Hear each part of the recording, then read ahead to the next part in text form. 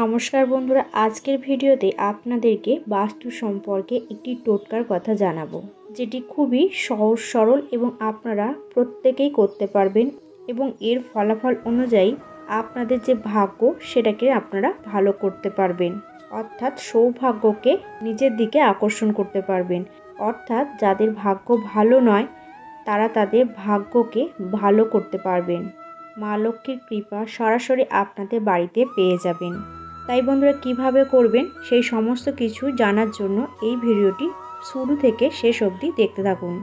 ভিডিওটি ভালো লাগলে অবশ্যই একটি লাইক করবেন এবং চ্যানেলে নতুন থাকলে অবশ্যই চ্যানেলে সাবস্ক্রাইব করে নোটিফিকেশন বেল আইকনটি অন করে রাখবেন, এরকম আরও নতুন নতুন ভিডিও দেখার জন্য। তো বন্ধুরা, এবার যাওয়া যাক ভিডিওটি মূল পর্বে। আমাদের বাড়ির সদর দরজায় একটা সাদা রঙের বাল্ব লাগাবেন অবশ্যই। এটি বাইরের দিকে লাগাবেন, অর্থাৎ আপনার বাড়িতে কেউ আসছে তাহলে সে পরিষ্কার আপনার বাড়ির দরজাটা দেখতে পাবে। আপনার বাড়ি যদি কোনো নাম লেখা থাকে সেগুলো পরিষ্কার দেখতে পাবে এবং আপনার বাড়ির দরজা সামনে বা আশেপাশে কখনোই অন্ধকার থাকবে না। যেন আপনার বাড়ির সদর দরজা সবসময় ঝকঝকে থাকে, এরকম অবস্থায় যেন সে দেখতে পায়। আর এই লাইটটা সব সময় সন্ধ্যের পরের কথা বলা হচ্ছে, কখনোই সকালবেলায় এই লাইট জ্বালাবেন না। আপনার বাড়ির সদর দরজা যদি সব সময় পরিষ্কার পরিচ্ছন্ন থাকে তাহলে বাইরের মানুষের দৃষ্টি আপনার বাড়ির ওপর সব সময় অ্যাট্রাক্ট থাকবে। অনেকেই এটা লক্ষ্য করেছেন, অনেকের বাড়ি আছে যাদের সন্ধ্যের পর ঘুটঘুটে অন্ধকার থাকে সদর দরজায়। এরকম অবস্থাটা একদমই ভালো নয়। বাড়ির সদর দরজা সবসময় আলোকিত থাকার জন্য একটি বাল্ব অবশ্যই লাগান।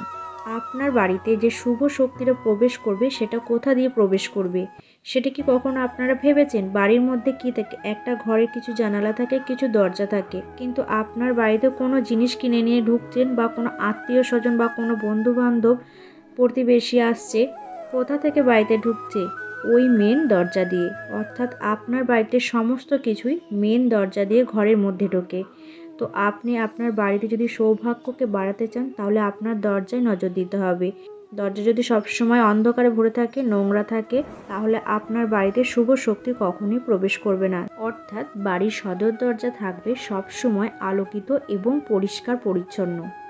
বা কারোর যদি বাড়ি দিনের বেলাতেও অন্ধকার থাকে সদর দরজা, তাহলে সেই বাড়িতে দিনের বেলাতেও লাইট জ্বালিয়ে রাখতে পারেন।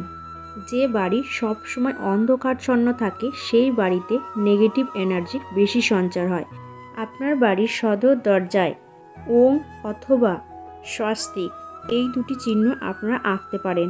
এবং আর একটা জিনিস আপনারা এখানে করবেন, সেটি হচ্ছে এই সিম্বলগুলির ওপরে আপনি লিখে দিন 0927। এটি একটি নেগেটিভিটির সংখ্যা এবং এই সংখ্যাটি লিখলে আপনার বাড়ি থেকে সমস্ত রকম নেগেটিভ এনার্জি উনি প্রবেশ করতে পারবে না, এবং যদি বাড়িতে নেগেটিভ এনার্জি থেকে থাকে তাহলে সেই সমস্তগুলো বাড়ি থেকে বিদায় জানাবে। তো আপনাদের ভিডিওটি এই পর্যন্তই। যদি ভালো লেগে থাকে তাহলে অবশ্যই লাইক করবেন এবং চ্যানেলটিকে সাবস্ক্রাইব করে নোটিফিকেশন বেল আইকনটি অন করে রাখবেন। আর বন্ধুরা, এই কাজটি একবার করে দেখুন, আপনার বাড়ি থেকে সমস্ত রকম নেগেটিভ এনার্জি দূর হয়ে যাবে।